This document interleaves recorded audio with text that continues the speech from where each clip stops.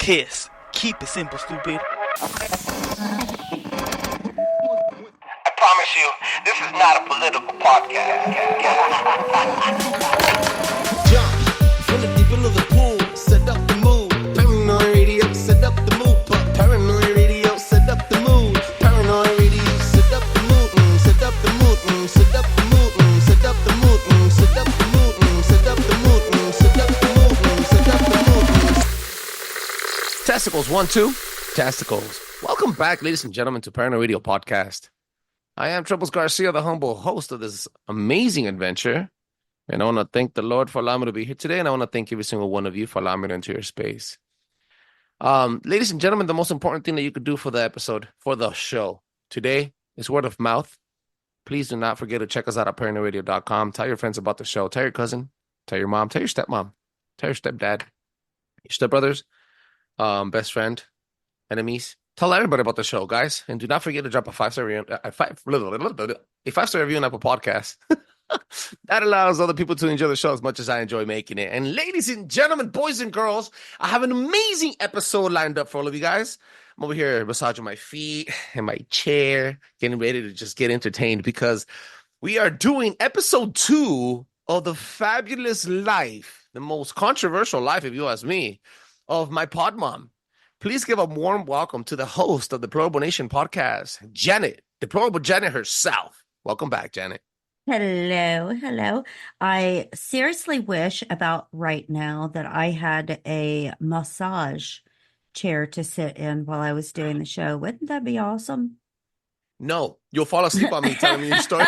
I just want my back rubbed while I'm talking. Is that a lot to ask? Talking about back rubs, guys. We've been rubbing each other's back on this with this series with the Probe and Janet. Very happily podcasting, dropping episodes left and right, and we just recently dropped that. By this time, you should have already heard "Woman." Mad shout outs to all the girls that took place and participating on that show: Teresa, Ali, Heidi. Mad love, respect to you guys. Thank you so much for donating your time and passion. Now, Janet, this is episode 2 of Deplorable Origins. Mm-hmm. And by all means, please continue. Where did you leave off? Okay. So the last episode, we talked about the day I got engaged and my fiance dying that day in a car accident. So it wasn't too long after that I met my current ex-husband, right? So we started dating, and we had been dating for like a year and a half or so. I was working really long hours at the time, and so sound asleep, 2 a.m. in the morning, I get a phone call. He has been in a massive car accident, drinking and driving, same as the previous ex that got killed. You need to come to the hospital immediately because we don't think he's going to make it.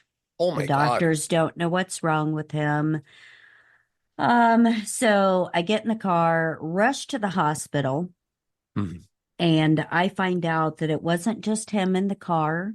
It was his stepbrother and one of his stepbrother's friends. They had been heavily drinking and thought it would be a really good idea to race around a curve really fast. Lost control of the car, and he was driving and was actually thrown out of the car. Gosh. Hit himself on a concrete culvert from a ditch. Hit his abdomen on the concrete culvert, and so the other two were not injured badly. It was just him. So he is in the hallway in the hospital, in the emergency room, and the doctors are like baffled. They can't seem to find an injury. They don't know what's going on, but he's in very dire condition. And if it wasn't for a doctor that had been walking down the hallway to go to the cafeteria and noticed that his abdomen was inflating, he would be dead right now. Wow. He lacerated his liver and his spleen, had lots of internal damage from that, and he was bleeding internally, massively. So underwent emergency surgery and was in the ICU at the hospital for like a month. Mhm. Very touch and go for quite a long time, was in very serious condition.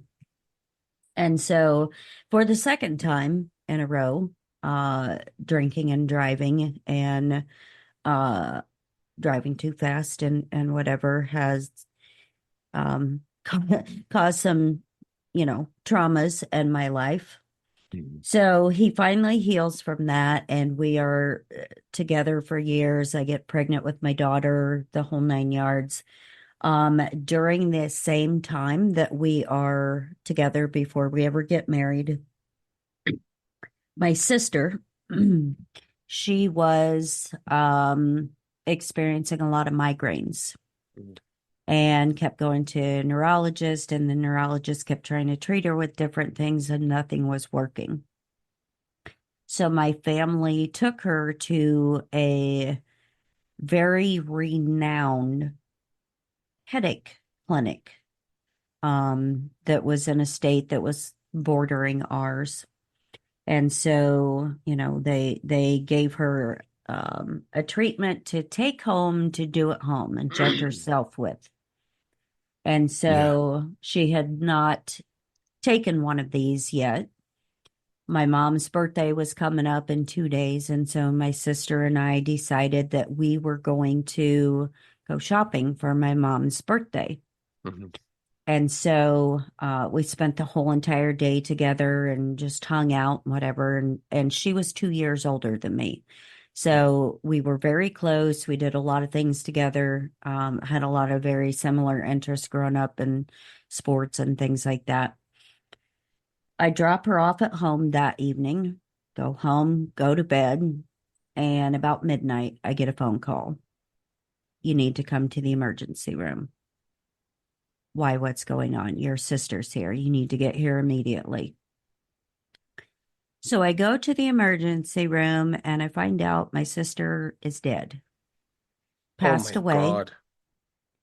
took a prescription migraine medication, injectable medication, that is contraindicated for anybody that has heart issues, which heart issues and anomalies run in our family. I also have one. Um, she took this medication and it exploded her heart Wow. instantly. So at the time, she's living with one of my least favorite males on the planet. Mhm. He was out dipping his tallywhacker in some strange, let's say, Hmm. cheating for people that didn't understand that. I thought he was like into animals or something. Like, what? Well, that's possible too. Oh, fuck. So he came home and he saw her face down on the floor and he thought she was sleeping. I don't know very many people that just lay face down on the floor and take a nap, but that's what he says he thought. And he proceeded to go in and take a shower and get cleaned up so he can wash the stench off. And he comes back and he keeps trying to wake her up and she's not waking up. So he called his dad. Uh, and his dad was like, "You called 911, right?"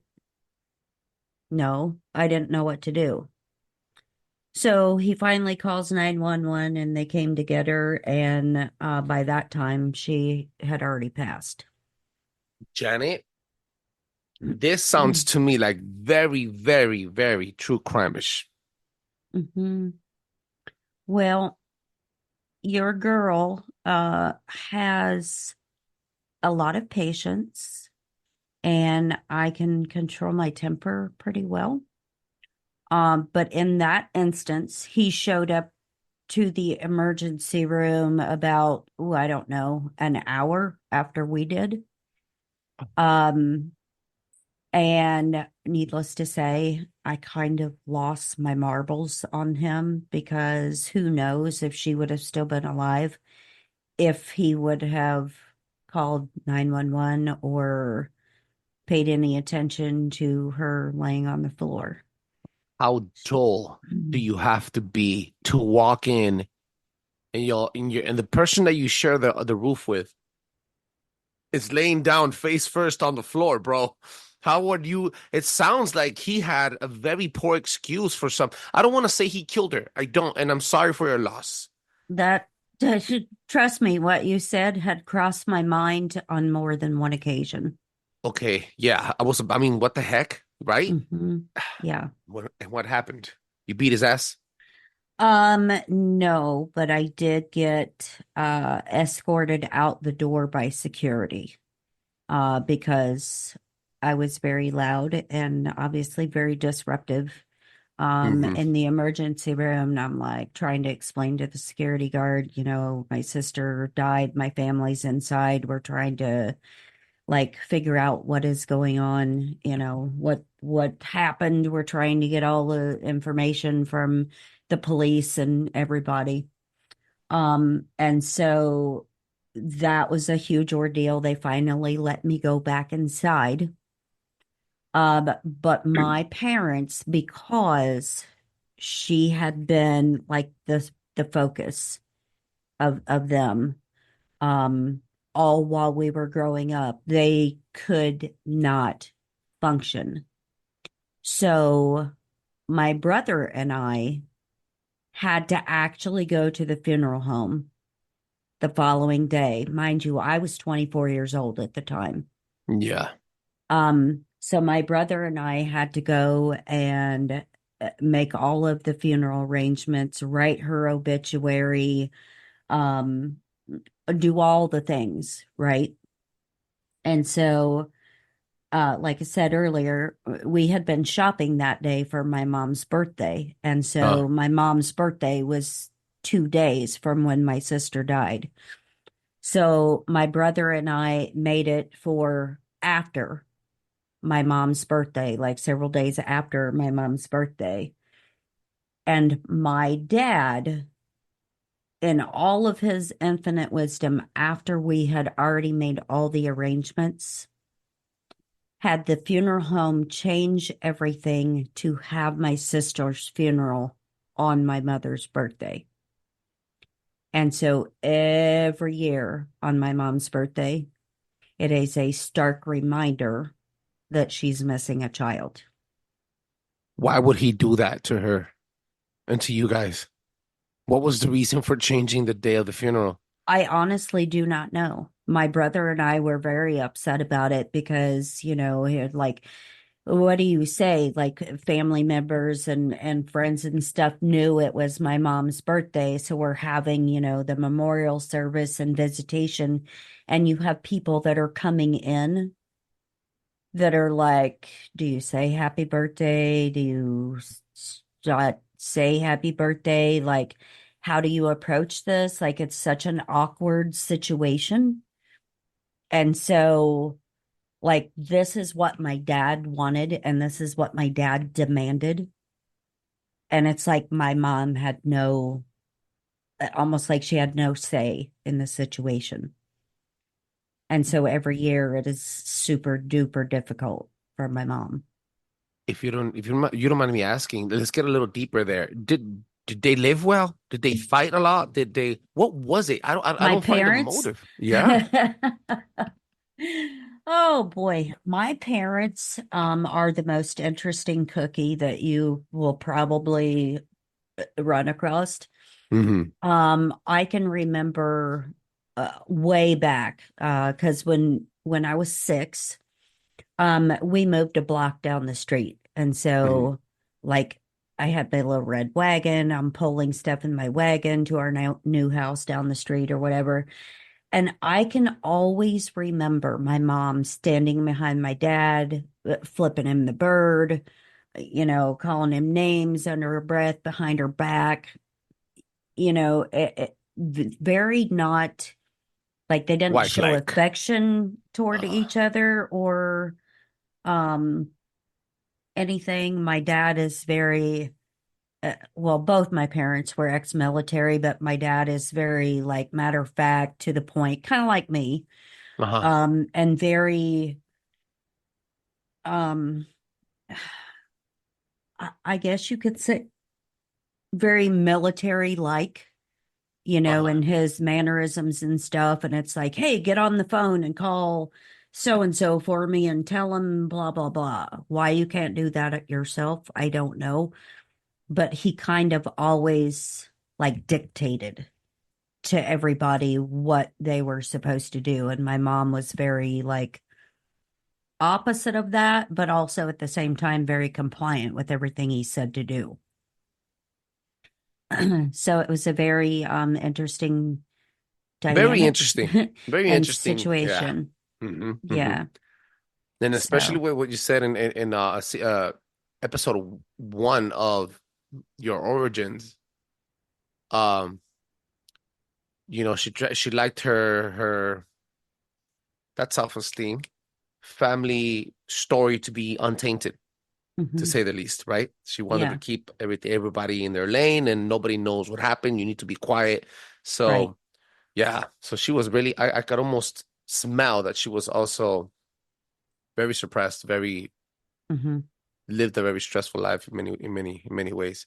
What Oh, happened after? that's kind of an understatement. So, after the funeral, uh, my both of my parents were very shut down, very closed off for, well, my dad still is, but a very long time. And so to get them to even like acknowledge me, acknowledge my brother, like acknowledge anything was a whole, it was like missing.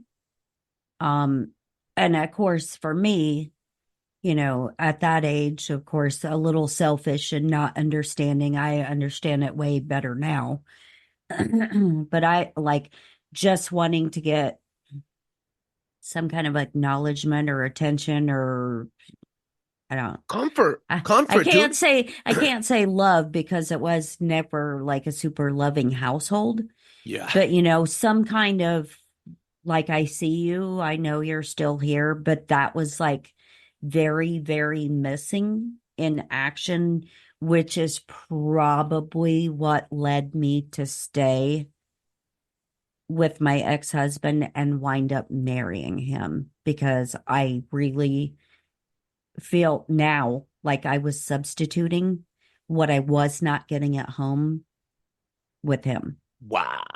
Huge mistake. But Hits home. but you got to be older and wiser to understand why you do the dumb things that you do, right? Yeah.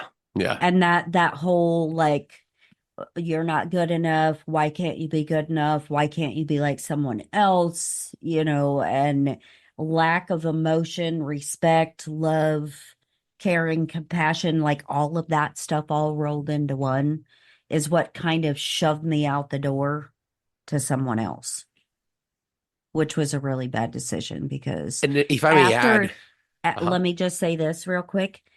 I thought I was doing the right thing, but after his near death experience from the accident, he changed in ways that you can't fathom. And He like that's when, to worse.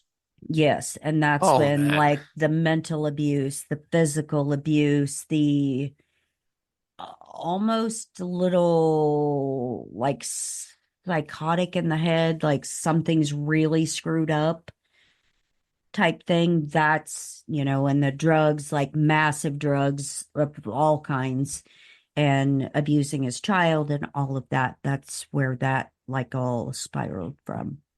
If I may add, dude. Okay. Um, I can relate sort of, but what you mentioned about, hey, mom, dad, You lost your favorite child, the one I was always compared to. Mm-hmm. Okay. Hey, we're doing everything. You guys are just here trying to cope. We need to cope too. We should be all coping together as a family 100%. and at least talk to each other and tell each other we're all here still, right? We're all here for each other still because you're not the only one hurting. Mm-hmm. And Janet, as me, if I'm Janet, if I have to be Janet, okay, well, I'm not the only one hurting. I'm not, and then I still have to live in her shadow now, and she's dead now. Like, what Mm-hmm. you know what I'm saying? It's kind of like, Which magnified like everything, like the whole, like her being the favorite and stuff, like magnified to oh the man. nth degree after she passed away. It got way worse. And then it was like, I absolutely, and still to this day, and I'm in my mid 50s, still to this day, I can't do anything right. Everything I do is wrong to them, and I just can't seem to get anything right or do anything right, and I'm just a horrible person. Janet, okay, no, I'm gonna interrupt your episode 2 here because I need to add something. Mhm. I am listening to you. Mm-hmm. I'm listening to you, but I also have to tell you something. I don't know you on a physical, personal level like this anymore. But the last 6 months that I've been dealing, conversating, sharing, speaking, crying almost on the screen with you, you haven't only opened doors for me and possibilities with networking, with talking, with even learning how to pray, even learning how to get closer to God with my spiritual self. You opened me up like a flower on your soul for my own. You see what I'm saying, right? Like you are magnificent, and you shouldn't feel shorter than I anyone was going to else. say I am short, but Yeah, well, I rectified that. I retract. Okay, you are short. I'm playing. Wait No, a I'm minute. You saying said I shouldn't feel shorter than anyone else, even though I am. in the physical sense, I guess, and being short is beautiful too. But you've helped. I mean, I'm sure, and I'm 100% sure that, like for example, shout outs to Rabbit Catalyst, you've helped him, and many other people. And when I say pod mom, I mean pod mom, bro. You see, that's the connection that you have with everybody else. We all call you that behind your back and in front of you. So you are a special being. Believe it or not, we do. And that needs to be heard. And I want you to know that. It's never too I late to tell people. You always say that shit when they're alive, not when they're dead. You shouldn't be giving flowers to people only when they die. Always when only when they're dead. You should give it to them when they're alive. You should tell them how much you love them and appreciate them when they're alive. And they need to know that before they pass. So I'm not saying you're gonna pass, but I need you to know that. I really care about you, bro. I will eventually, but I want you to know that I appreciate you Mm, so much, and I'm so blessed that God has brought you into my life because I love the people that are in my life. And the good thing about me is that I've been around long enough and I got wise enough by the grace of God and His wisdom and His knowledge alone to know like who I am in my soul, what kind of person I am, what kind of person I convey to be. Whether other people see me for that person or not, that's on them. That's their that's their disconnect, not mine. mm, And so um a lot of the things that I went through in life were emotionally scarring, mhm. but by having faith and learning and things like that, I'm able to pack those away in a little bag and throw it out in the garbage because, you know, I am a good person. And I strive to be the kind of person that I was not filled up to be growing up, if that makes sense.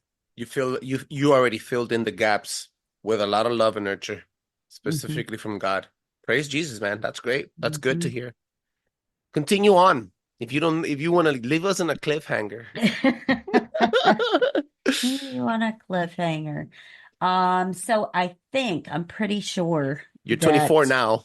um so when we were still dating, my ex-husband and I were still dating and stuff, and you know planning to get married and whatever. It was because I was pregnant. And so we had just bought a house, just redid the whole house.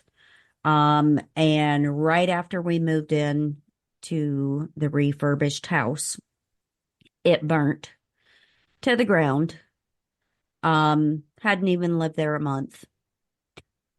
Had to live in a hotel together for 9 months in a little tiny room while insurance and stuff like that was being sorted They out. usually do take that long. Yep. Yeah, it was awful and literally nitpicked and nickel dimed us to death on things that they would not cover or pay for or whatever. So while we are staying at this hotel, because there is a bar in the hotel, his drinking like seriously got out of hand. And his violence got out of hand, but I'm the type of person I don't give up on things, right? And so that was the beginning of his violent streak and introduction to, I guess, lots of different kind of drugs. We're talking coke, heroin, methamphetamine, because at the time I lived in Indiana and it was the Meth capital of the meth world. Yeah. capital of the United Mhm. States. As soon as you said Um, coke, my eyes went uh-huh. freaking And addictions are so crazy. this is where like he really got into all of that stuff but because I'm not a quitter and I'm a nurturer, I thought I could fix him and I thought I could help things. And so while we're staying at the hotel, that's when I found out I was pregnant and our house burnt. And his romantic proposal to me was a card at dinner for my birthday that just said, "Marry me." And then, like a dumbass, I said yes. Um, and then he made me pay for my own engagement ring. He picked it out and he made me make the payments on it, which all of these things sound so stupid now. They're red flags, right? Like Wait, how did why one would right you after the other. wait, Janet, you paid for your own engagement ring? What the fuck? Don't make I look, sure I don't want to did. laugh. I How did you sure fall did. for that? He was making payments on it at first. He paid two, right? And then all of a sudden, well, he couldn't because he was buying all these like rundown ghetto properties and all of that stuff. And he was going to refurbish everything and, be this Oh, like with the old school little, yeah, like, oh, I'm slumlord or investing. Can you something. hold it? And then it was, well, I can't afford it because I have to pay property taxes on like all of these things. So you're going to have to get it and you're going to have to pay for it. And the funny thing is that when we finally ended up getting a divorce, he wanted the ring back. And I was like, oh, for my dead body, dude. Like I literally paid for that. So yeah, The audacity, the balls on that guy, you're dude. gonna have to learn to shit diamonds because you are not getting that ring back. I can't believe you. And you know what's funny, dude? This is not the guy that you told me that he could have been a Mason, right? Yes, that is him. Yeah, he has some type. I know someone that dated a Mason, someone close to me, and same thing almost. They have what we call in Spanish is called labia, the gift of gap. Hmm. When they speak, they conquer. Hmm. It's That is very, him. yeah, like they He's have a a special. master manipulator and very like different personalities. Like he can be the most kind, loving, sweet person until you get behind closed doors. Oh, And then you better run because you never know what kind of demonic personality is going to come out. And I mean that without just um it could be because the sky was not bright enough blue, the grass wasn't cut the right way by the lawn people, literally whatever. He could get out of bed, and especially if he was drinking, it was amplified. And he would get up, and you just needed to not be there when he got out Oh, of so bed you're because he the was so explosive.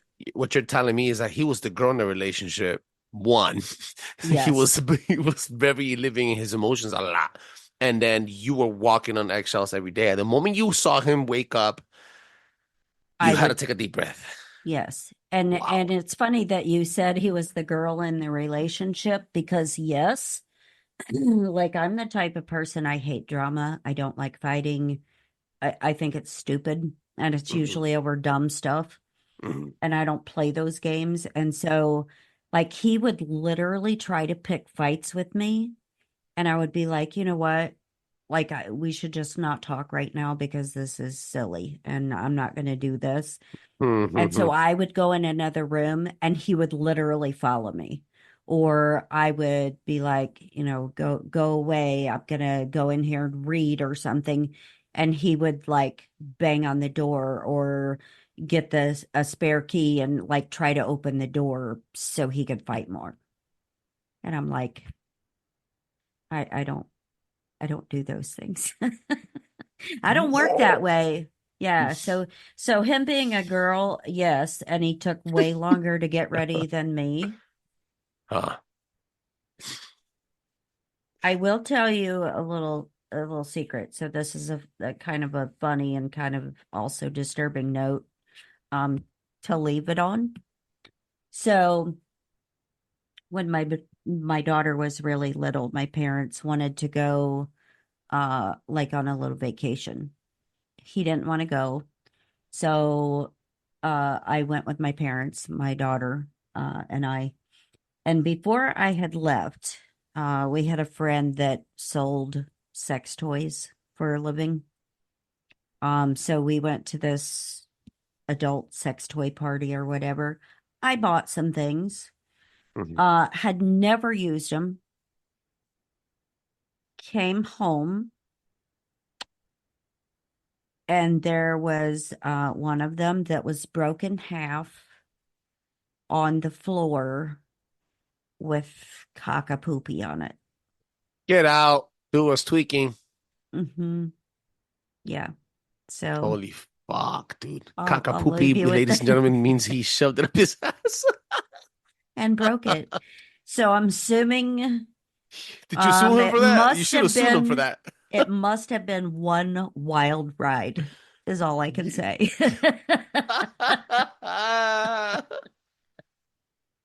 No pun intended.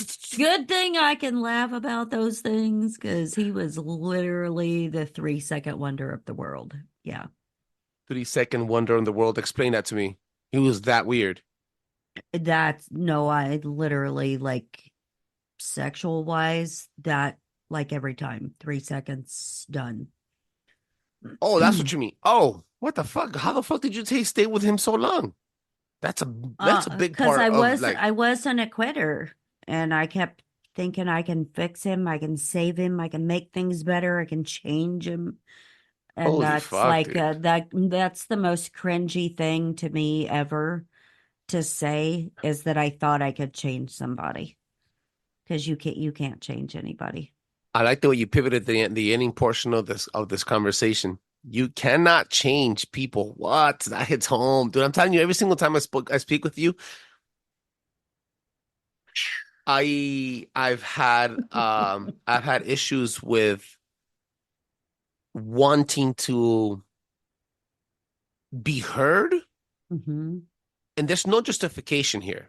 But sometimes when I have these arguments with my wife, also, I am also the dude that walks to the room because she does not avoid me. She comes in, she spits out fire, and I'm like, what the fuck? Wait. And then she leaves me talking about myself. And I'm like, you're not gonna do that. I'm gonna go over there and tell you. So I'm over there Hmm. telling her, and then then she makes me feel like I'm the one that's crazy. However, like I haven't motherfucker Hmm. haven't seen anything of his ass on your shit but when you were gone. He was tweaking for sure. Hmm. Yeah, a Shut the hundred fuck out. percent.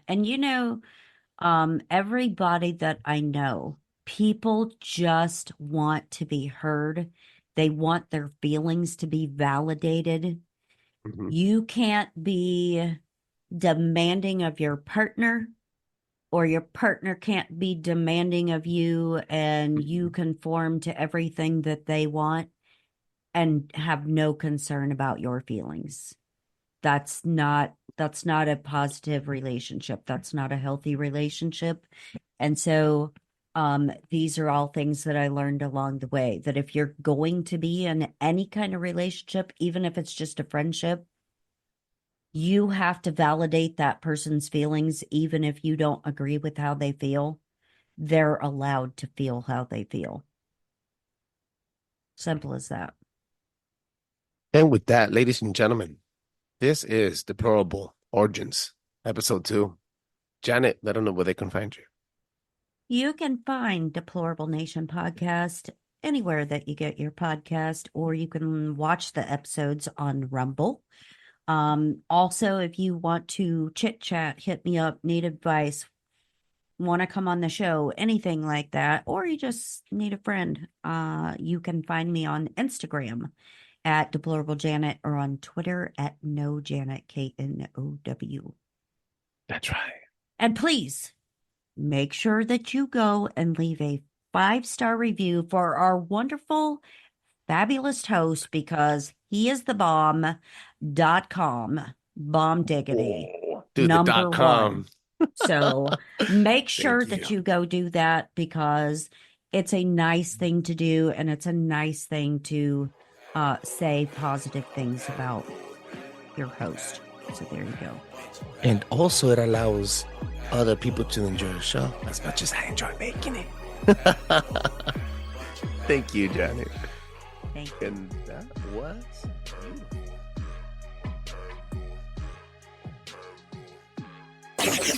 Paranoid Radio.